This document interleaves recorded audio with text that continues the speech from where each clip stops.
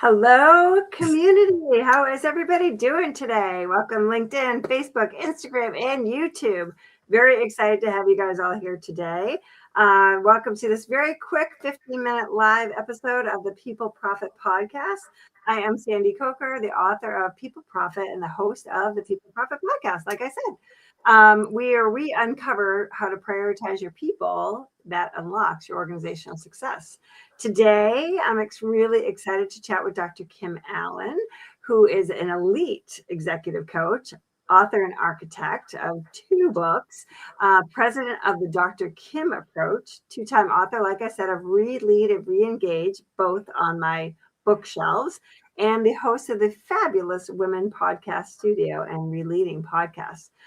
With her background as a coach, she's transformed teams through emotional intelligence, modeling excellence, and her analyze, diagnose, endgame approach boosts many of the NPS scores by 200%. So today, we're just teasing the episode that's dropping on Monday, February 2nd. And the episode is called Leading People, Modeling Excellence in Today's Workplace. So if you're a leader navigating change and you need just a little bit of inspiration, this is for you. Welcome, Kim. Dr. Kim, how are you? I'm so great, Sandy. How are you doing? I'm You doing global TED Talk woman, you. Oh, I'm it's so been a proud of blast. you. Oh, thank you. It's been such a blast. It really has been a blast. Those of you guys Amazing. listening, if you could drop in the comments, share your biggest leadership challenge. We'd love to see what your leadership challenges are in the comments. So Kim, this is all about you. This is not about me. So this is about your I know. episode. I know. So we're going to talk a little bit here. In the Okay. episode that we talked about, you share your self-made journey, right? From Comcast cultural shifts to your books, you doing your books and doing your coaching, all of that. How did the experiences that you had in your past shape the philosophy of don't tell them why, show them how? I think that the biggest reason is because whenever I go into a situation, I think that based on what I've been told by clients is that other people will tell them what they're doing wrong, but they don't show them how to do it the correct way. So just from observing and listening, I completely changed my philosophy that people indeed, they want to know why, but they want to be shown how and what it looks like. Yeah. People don't know what they don't know. And unless you can paint that, I'm a highly visual learner.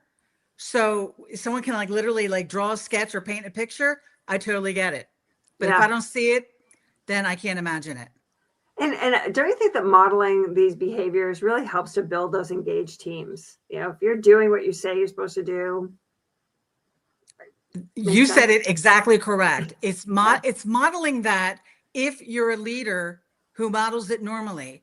But again, when you're going into a client, if they don't know what they don't know, and you show them and you work with them to get them from point A to point B, from here to there, so that they know what effectiveness looks like, they're just going to keep doing the same thing over and over again. It's almost like being a teacher and you give a student, if they don't know how to do a math problem, but you give them 50 math problems to do for homework, they do it wrong 50 times. Right. You're so right. And as adults, we're the same way. Yeah. And you also, in our episode, we also talked a lot about emotional intelligence and reading the room, right? For the audience that's listening right now or that will listen later on, that are dealing with morale dips or retention issues, what's one practical way leaders can use empathy to create those safe, purpose-driven environments? Great question. And I hope that everyone heeds this advice right now. Please go talk to those people that if they're living or working in a toxic work environment, if you're not sitting down, engaging with them and asking them what a non-toxic workplace looks and feels like to them, you're never going to know their blueprint. You're never going to be able to change, ever. Yeah. Yeah. And so workplaces right now, they're more diverse, dynamic, hybrid, remote, all of this thing. Yes. And you've got this leading in 3D approach. It focuses on the individuals, the teams, and the missions. It really stands out. How does this, combined with accountability, help leaders navigate change and empower their teams? Well, again, I think it's interesting that you're calling it a 3D approach.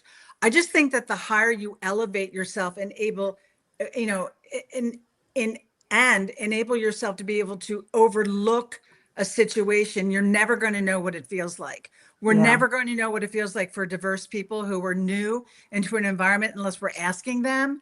But again, like think about when you're in a mall, remember you're in a food court, right?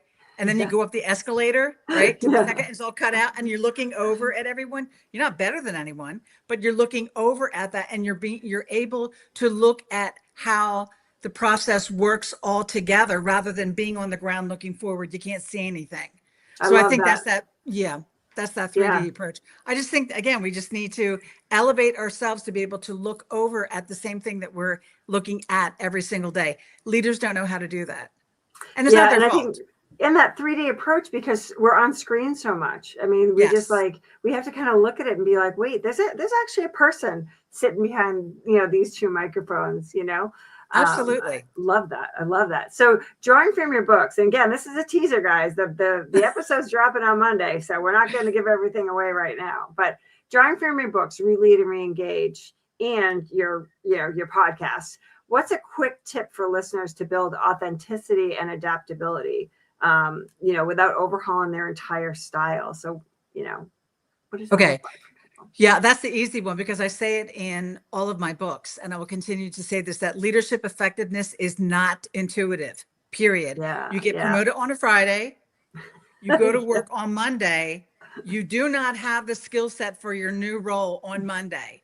Right. So it's incumbent upon us to be self-aware or else hire someone like an executive coach to help you identify what areas you need to fortify that skill set so that you are ready to get off that bench and to get onto your new role. I think that's the Yeah. most important thing, that the self-awareness part of it, that is, I think, the killer for everyone. I would completely agree with that. There's a lot of people that just don't have that, or don't want to do that mirror check. I'm always like, check yourself first before you walk Absolutely. out the door, right? And That's we've right. all had bad moments. I mean, for sure. Sure. Right? Yeah. I've had a million. So, yeah. Me too. But that's okay. That's what makes us fun and human, right? That's right. Finally, thinking back to our conversation, what's one thing that you hope leaders take away when they listen to the episode on Monday, to really boost your employee experience for lasting business impact? What's something that people could be listening for when they listen to this? The most important thing is for all leaders to engage with your teams, with your boss, and with those direct reports. And I don't mean talking at them. I mean engaging. It works two ways. The biggest miss for everyone is that they don't engage with others. We just think as leaders, we can swoop right in and fix a problem. And we're not engaging with the team to ask them again what that looks like, what that feels like. You talk a lot about the implementation part of it too, that what we're about to implement. I mean, have we taken a pulse check of our team? Do you even know your team? And people don't want to do that. I've been managing the same team for 3 years. I don't want to ask them those questions. Ask them those questions. Have a conversation and make sure that they're engaging with you. You're never going to have your finger on the pulse, ever. I love that. Oh my God, this is so inspiring, Dr. Kim. Thank you so much. These are powerful teasers on modeling excellence and emotional leadership, and you've given us some really good tools in creating thriving cultures. So everybody, catch the full episode Monday on the People Profit Podcast for more on Dr. Kim's journey, her strategies, and her stories. Subscribe now. And also head to the drkimapproach.com for her executive coaching, speaking, and consultations. Grab Relead and Reengage on Amazon.